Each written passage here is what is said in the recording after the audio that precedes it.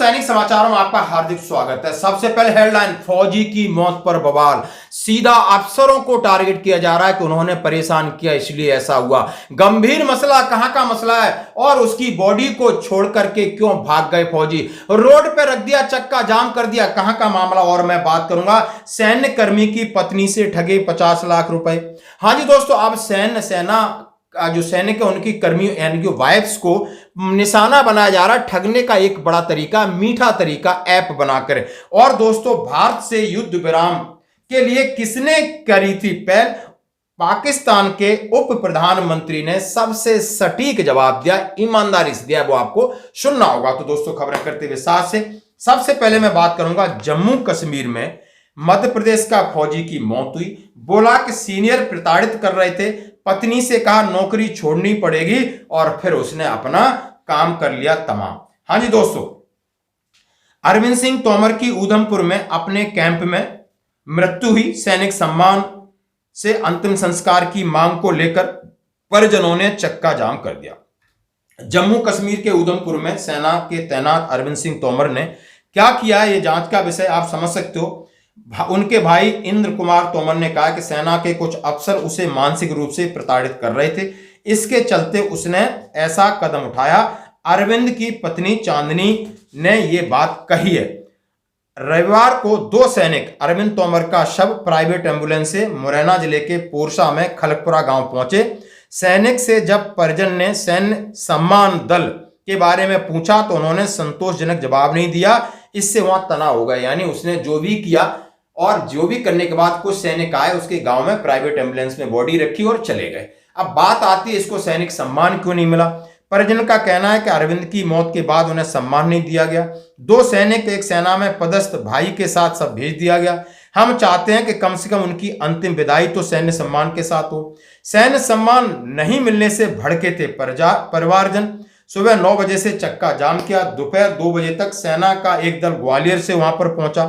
परिजन ने उसका अंतिम संस्कार किया।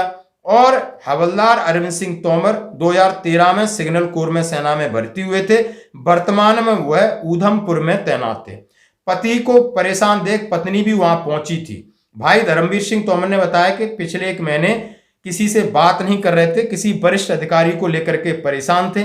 वह अपनी पत्नी चांदनी तोमर को उन्होंने सारा कुछ बता दिया था कि उससे प्रतिदिन पेशी कराई जा रही है, नौकरी छोड़नी पड़ेगी। जब वह परेशान दिखे तो चांदनी तोमर ने 18 तारीख को उधमपुर पहुंची और 2 दिन बाद उन्होंने अपना काम खराब कर लिया। परिवार से कहा था अफसर प्रताड़ित करते हैं। मृतक फौजी ने के भाई ने बताया कि सेना के अधिकारी उन्हें मानसिक रूप से प्रताड़ित कर रहे थे और 21 जून को उनका पोस्टमार्टम हुआ। और इस तरीके का आप समझ सकते हो। अरविंद सिंह खुद 3 भाई हैं, जिसमें अरविंद सबसे छोटे हैं और उनके भाई भी सेना में हैं। आप ये देख सकते हो कितना गंभीर विषय और मामला है। ये पोरसा यानी हमारे पास ही का मामला है और इस तरीके का मामला कहीं ना कहीं झकझोर देता है कि सीधी बीवी भी वहां 2 दिन पहले पहुंचती है, भाई को भी बताया जा रहा है। और 2013 का भर्ती, आप समझ सकते हो, 12-13 साल सर्विस है, हवलदार बताया जा रहा है और इतनी सारी और चीजें उनके साथ डेली पेशी की जा रही है, यानी मेंटली प्रेशर दिया जा रहा है। यानी यह प्रेशर कितना बड़ा प्रेशर हो सकता है कि वो बीवी और बच्चों को भी छोड़ के जा सकता है। तो कहीं ना कहीं इनके साथ क्या हुआ होगा, इसके ऊपर कमेंट्स करें। ये बहुत दुखदायी है। सेना के अंदर इस तरीके से किसी आदमी को लोग टारगेट करते हैं, उसके सीनियर जैसे साथ छोड़ देते हैं, सूबेदार मेजर हो, सारे लोग उसको ऐसे हो जाते हैं जैसे उसने पता नहीं कौन सा क्राइम किया। काम करते समय गलती हो गई है, गलती एक्सेप्ट की जाए, उसकी जो सजा बनती सजा दी जाए और मामले को जल्दी खत्म कर दी जाए। लेकिन इस तरीके से अब सेना के अंदर हो गया है कि जानबूझ के उसको इतना परेशान किया जाता है, इतना परेशान किया जाता है कि वो खुद ही बहुत बड़ी सजा खुद से ले लेता है। क्या ये सही है?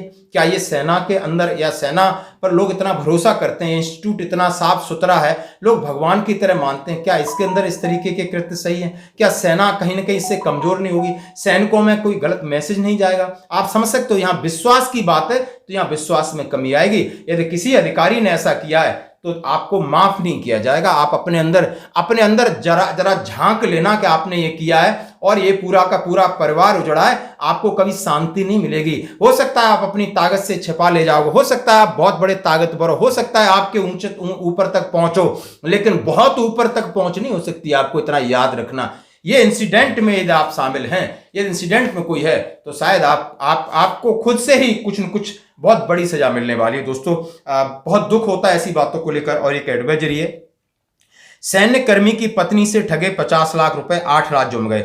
ऐप के माध्यम से शेयर बाजार में निवेश के माध्यम से, लालच के माध्यम से पैसा बढ़ोतरी के लिए लगातार इस तरीके के ग्रुपों में एक ऐप बनाई जा रही है, जिसमें एक चैन सिस्टम बनाया जाता है कि आप इतने पैसे लगाओ, आप 4 लोगों को जोड़ो तो इतने पैसे मिलेंगे। और वो एक मास्टरमाइंड बैठा रहता है, उसका टारगेट पूरा हो जाता है, वो भाग लेता है। ये यहां नहीं, परसों भी हमारे यहां ग्वालियर में ऐसा हुआ, और यहां भी मैं ये देख रहा हूं। बस यही इसी तरीके का ये खेल है, और इस खेल में आपको फंसना नहीं है। कोई भी आपको फायदे के लिए आपसे बात नहीं करेगा। एक चॉकलेट आपको देने वाले लोग नहीं है इस देश के अंदर। ये टाई लगा के, अंग्रेजी बोल करके, मीठी मीठी बातें बोलकर सामान बेचने के लिए गेटों पर आ जाते हैं। उन्हें आप लताड़ लगा के भगाइए। कोई भी नहीं है, चाहे सेना के अंदर बहुत सारे थैले वैले लेके आ जाते हैं, आप ये इन्वेस्ट करो, आपका ये हो जाएगा, सब बकवास है टोटल। जब तक जिस चीज को आप नहीं जानते हो, नहीं समझते हो, कहीं भी पैसा लगाने की जरूरत है। ये मैं आपसे डायरेक्ट कह रहा हूं। मैं सेना में था तब भी ये कहता था, और बाहर भी ये कहता हूं, बिल्कुल डंके की चोट पे कहता हूं, जिस चीज के लेकर आपको खुद पर भरोसा नहीं, मत करिए। कितना भी बड़ा दोस्त हो, वो साला नमूना हो सकता है, आप नमूना नहीं बनना है। अब मैं बात करूंगा कि भारत से युद्ध विराम के लिए तब कहा था जब ऑपरेशन सिंदूर पर पाक उप प्रधानमंत्री का बड़ा बयान है। यानी प्रधानमंत्री इशाक डार, जो वॉइस उनके हैं, उनका भारत के साथ युद्ध विराम पर अनुरोध के लिए बाध्य हुआ जब भारत ने पहलगांव आतंकी हमले का जवाब पर उन्होंने सीधा सीधा कहा है, जब भारत ने जबरदस्त मिसाइल अटैक किया और जब हमें डर लगा, तब हमने इस बात की पहल की। और ये पहल उन्होंने कहा, अमेरिका विदेश मंत्री से मेरी बात हुई कि जैसे ही नूर खान एयरबेस, सैरकोट एयरबेस पर हमला हुआ, 45 मिनट वो भयानक हमले थे, और वहां पर उन्होंने कहा है कि विदेश मंत्री जयशंकर साहब से बात हुई, और उन्होंने कहा है कि एक और विदेश मंत्री हैं और उनसे बात हुई, 3-4 लोगों की हमारी बात हुई। अमेरिका ने कहा कि आप ही पहल करिए, तो पाकिस्तान ने कहा हाँ जी दोस्तों, हमने फिर युद्ध विराम की पहल की थी। एक टीवी न्यूज शो में बोलते हुए उन्होंने कहा है, ना ही तो उन्होंने कहा है कि अमेरिका ने कोई मेजबानी की है, और ना ही ये हमारा इनिशिएटिव था। हम चाह रहे थे कि हिंदुस्तान जबरदस्त अभी हमारे ऊपर अटैक कर रहा है, हमारा बड़ा नुकसान हो रहा है, तो हमने इसकी पहल की थी। दुर्भाग्य से भारत ने एक बार 2:30 बजे मिसाइल अटैक किए, नूर खान एयरबेस, सोरकेट पर हमला किया। 45 मिनट के अंदर सऊदी प्रिंस फैसल ने मुझे फोन किया। उन्होंने कहा है कि अभी अभी अमेरिकी विदेश मंत्री मार्को रूबियो के साथ मेरी बातचीत हुई है। उन्होंने पूछा है क्या उन्हें भारत के विदेश मंत्री एस जयशंकर से बात करने या बताने के लिए अधिकृत किया है, तो भारत से युद्ध के बारे में बात करेंगे, और ये पहल पाकिस्तान को करनी पड़ेगी। और दोस्तों आप देख सकते हो इसके ऊपर बहुत सारी भ्रांतियां चल रही हैं, और ऐसा ही हुआ है। धन्यवाद।